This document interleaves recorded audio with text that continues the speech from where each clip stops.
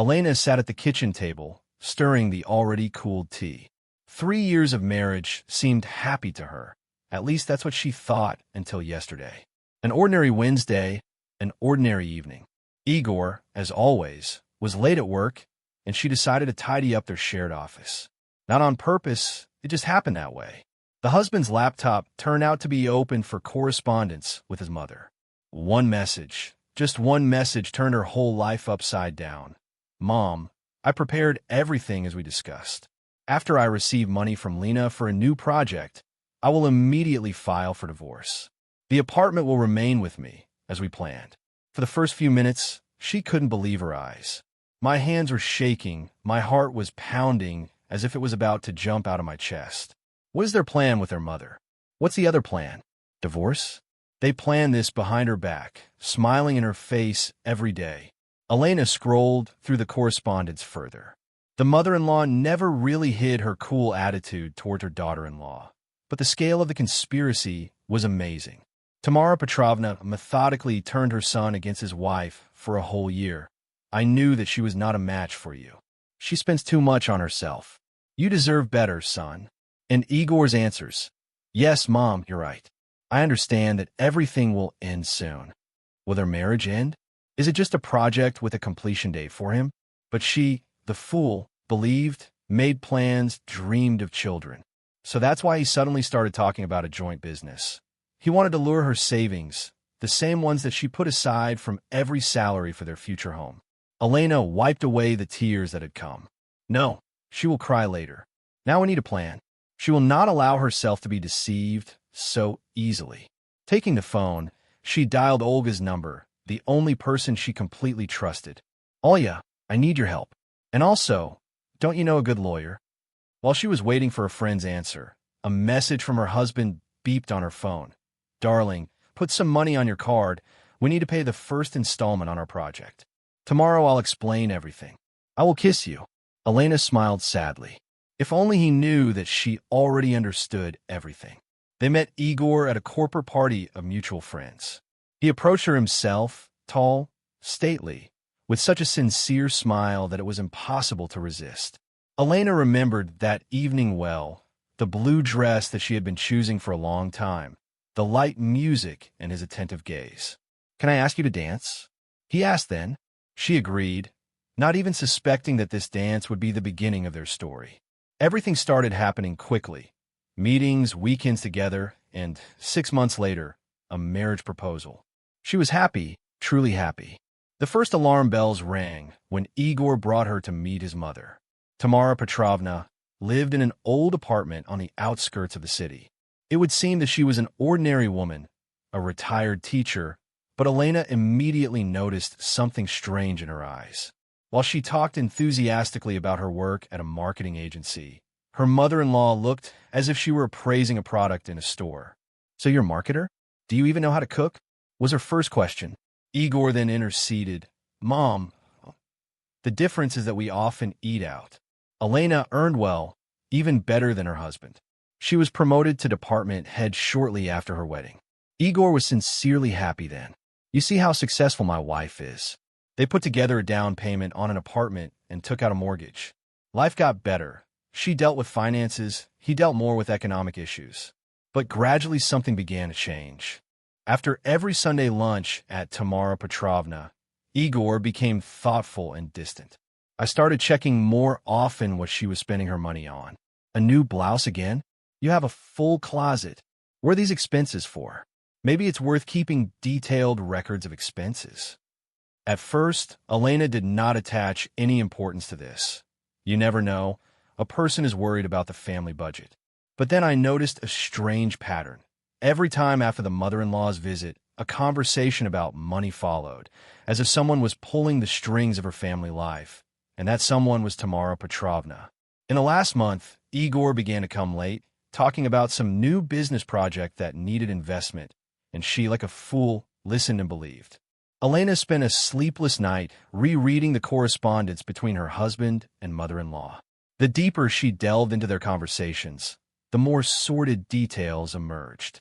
The plan was simple and cynical. Force her to invest all her savings in a non-existent business, and then quickly file a divorce so that she would be left with nothing. Tamara Petrovna found her lawyer, who had already prepared the papers. She was intended to play the role of a naive fool who would give the money herself and then cry in someone else's kitchen.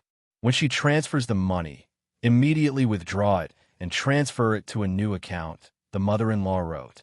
And then we will register the apartment as your premarital property. She will not be able to prove anything. Igor answered, "Don't worry, Mom. She doesn't suspect anything. She's always been too trusting." Trusting. This word rang in Elena's head like a slap in the face. For 3 years, she built a family with a man for whom this was only a temporary convenient agreement. It was especially painful to read their discussion of her character, habits, even appearance. After the divorce, we will find you a normal girl, and not this upstart who only thinks about her career, wrote Tamara Petrovna. Yes, it's high time. I'm tired of pretending, Igor answered. Pretend. All this time he was pretending. Morning kisses, weekends together, plans for the future. All of this was a lie, a carefully thought-out lie. In one of the messages, the mother-in-law mentioned that she had found a good girl from next door for her son, with whom he could start a real family life. In another message, they discussed how to divide property. You take the TV and equipment, let him buy something new, Tamara Petrovna advised. But you can sell the car before the divorce. It's registered in your name. Elena remembered how happy she was when they bought this car. Igor insisted on registering for himself, explaining, "It will be easier this way with the documents, my love." Beloved, this word now makes me sick. She replayed their life together in her head, trying to understand whether there was one moment of sincerity or all these 3 years she lived with a skilled actor. Elena felt a mixture of resentment, anger, and a strange, almost cold calm boiling inside. The first shock passed, giving way to determination. Neither his calculating mother will get what they planned. She will not fall victim to their machinations. Now that the cards are revealed, she has an advantage. They don't know that she knows, and she will definitely take advantage of this advantage. I can't believe it. Olga shook her head, listening to Elena's story. They were sitting in a small cafe away from home and work. Igor always seemed so decent, and this mother of his knew that she was strange, but to be so. Elena silently swirled her cup of cold coffee. The first shock passed, giving way to cold rage and determination. "What do you think you'll do?" asked a friend. "First you need to know your rights," you said. "Do you know a lawyer?" Dmitri, Olga's colleague, agreed to meet with them that same day. A short man with an attentive gaze listened to Elena's story, making notes in a notebook. This means that the apartment was purchased during marriage, regardless of who it is registered to. This is jointly acquired property. Without your consent, no manipulations can be carried out with it, he said, tapping his pen on the table. When it comes to money, you need to collect all the documents, bank statements, proof of your financial contribution to the family. Elena nodded, mentally making a list of necessary actions. Copies of contracts, bank statements, photographs of valuables in the apartment. All this could be useful. And the correspondence? I read it without his knowledge. Such evidence may not be accepted in court, but for your personal confidence in the situation, take screenshots. And most importantly, Dmitri looked her straight in the eyes. Don't show that you know anything. Let them think their plan is working. Over the next 3 days, Elena turned into a real spy in her own home. While Igor was at work, she methodically collected information, photographed documents, made copies of contracts, and checked their joint accounts. I discovered that my husband had already withdrawn a significant amount from the joint account, apparently in preparation for the final stage of the plan. In the evenings, she played the role of an unsuspecting wife, smiled, asked about his day, listened to inspirational stories about a promising business. With every word he said, she became more and more disgusted with how easily he lied, looking straight into her eyes. You can play along with him, Olga suggested during their next meeting. Pretend that you believe in this miracle project, transfer a small amount, see what happens next. Elena thought about it. It was a risk, but also a way to get even more evidence of his and his mother's machinations. A plan began to form in her head. Clear, thoughtful, merciless. They wanted to play well with her. She would accept the rules of the game, but the result would not be at all what they expected. In the evening, Igor returned home with a bouquet of flowers, clearly trying to soften the ground before another request for money. Elena accepted the roses with a practiced smile, mentally noting how false all his gestures now looked. "Darling, we need to talk about the project," he began after dinner, when they settled down on the sofa. "I found the ideal premises for our future cafe, but we need to make a deposit. Remember, you said that you have savings?" Elena made a thoughtful face, as if weighing a decision. Inside, everything was boiling with indignation, but outwardly she remained calm. Her husband's acting abilities were involuntarily passed on to her. "How much do you need?" she asked, trying to make her voice sound interested. Until the beginning of 50,000, he casually put his hand on her shoulder. "This is only for the first time, then everything will pay off." She mentally chuckled. From his correspondence with her mother, she knew that they were counting on at least 300,000. "All my savings over the years of work are 50. "That's a lot," she drawled. "Should we try with a smaller amount first? Say 20, just to see how it goes?" She noticed a hint of disappointment on his face, which was quickly replaced by feigned enthusiasm. "Of course, my love, you're right, let's start small." He kissed her on the cheek. "I'm sure you won't regret it." The next day, Elena transferred 20,000 rubles to his card and began to observe. Igor immediately withdrew the cash, without even trying to use it for business. In the evening, my mother-in-law called, supposedly just to find out how things were going. After talking with his mother, Igor again approached the topic of money. "You know, I thought 20,000 is not enough for a serious start. Maybe you can still allocate more?" His eyes literally lit up with greed. "I'll think about it," Elena smiled. "But first I would like to see some documents on the premises, a business plan. After all, this is a serious matter." True, she noticed how tense he was. Obviously, he did not have any documents. Everything existed only in his stories. "Of course, I'll show you next week," he hesitated. "It's all in the preliminary stages right now." Elena nodded with an understanding look. The check confirmed her suspicion. No business existed, and now she knew for sure that it was time to move on to the final part of her plan. The time for decisive action has come. On Saturday morning, when her mother-in-law unexpectedly showed up at their home, Elena met her at the door with a smile and offered her tea. Igor looked tense, apparently not expecting such a visit. "I was just passing by and decided to take a look," Tamara Petrovna chirped, looking around the apartment with an appraising look. "How's your business going, son?" Igor glanced quickly at Elena. "Slowly, Mom. We were just discussing additional investments." "Yes," Elena picked up, taking a folder out of her bag. "And since you're here, Tamara Petrovna, maybe we can look at some documents together?" She took out printouts of her correspondence with Igor, put photographs of the money her husband had withdrawn on the table, and added screenshots of conversations with the lawyer and the executed power of attorney. "What is this?" Igor asked tensely. "This?" Elena smiled calmly. "This is your and Mom's plan to ruin me and evict me." Interesting reading, you know. The mother-in-law's face turned pale and then became covered with red spots. Igor jumped up, trying to pick up the papers. "Were you spying on me? Reading my private messages?" "I accidentally saw an open laptop," Elena shrugged. "You know, darling, when you plan to deceive your wife, you should at least leave the post office."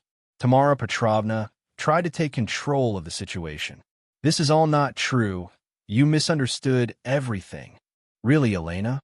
Turn the phone towards her with a recording of their conversation. "When she transfers the money, immediately file for divorce." "I didn't understand that either." She stood up, feeling strangely calm. "I have already contacted a lawyer. Do you know what's interesting? The apartment that you so wanted to keep for yourself, Igor, really cannot be divided because it is registered in the name of my parents. They simply allowed us to live here. But the car that you registered in your name, I can prove that it was bought with my money." Igor collapsed into a chair. Tamara Petrovna began to say something indignantly, but Elena raised her hand. "And also, I talked with your boss, Igor. You know, he was very surprised to learn about your joint project with Sergei. It turns out that Sergei quit a month ago. So all your late returns with whom you actually spent this time." The room fell into heavy silence. The plan they had so carefully built was crumbling before their eyes. The divorce took place 2 months later. In the courtroom, Igor looked lost, and his mother sat stony-faced in the last row. Elena remained calm. All the pain and resentment were in the past. Now she felt only quiet satisfaction that she was able to protect herself and her future thanks to the collected evidence and competent legal support from Dmitri. The property was divided fairly. The car was sold, the money was divided.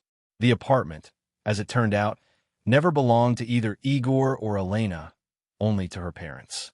Another point of the mother-in-law's plan that failed. All jointly acquired things were also divided according to the law and not according to the scheme invented by Tamara Petrovna. You know, in a way, I feel sorry for him, Elena told Olga as they celebrated the end of the divorce in the same cafe where they had made their plan of action several months earlier. He's still a mama's boy who can't make his own decisions. The main thing is that you found out everything on time. Olga raised a glass to your new life. And the new life was really getting better. Elena changed jobs, received an offer from a large company with the prospect of career growth, rented a small but cozy apartment near the center, started playing sports, and spending more time with friends, whom she had almost forgotten in the last years of her marriage. Sometimes she had nightmares that she didn't find out anything, transferred all the money, and then was left with nothing. At such moments, she woke up with her heart pounding and could not fall asleep for a long time. But every month, such nights became less and less. The pain dulled, giving way to wisdom. One day, almost a year later, she accidentally met Igor in a shopping center. In the center, he looked haggard and aged. Noticing her, he froze, not knowing how to react. Elena simply nodded at him and walked past. Without anger, without regret, this man no longer had power over her life.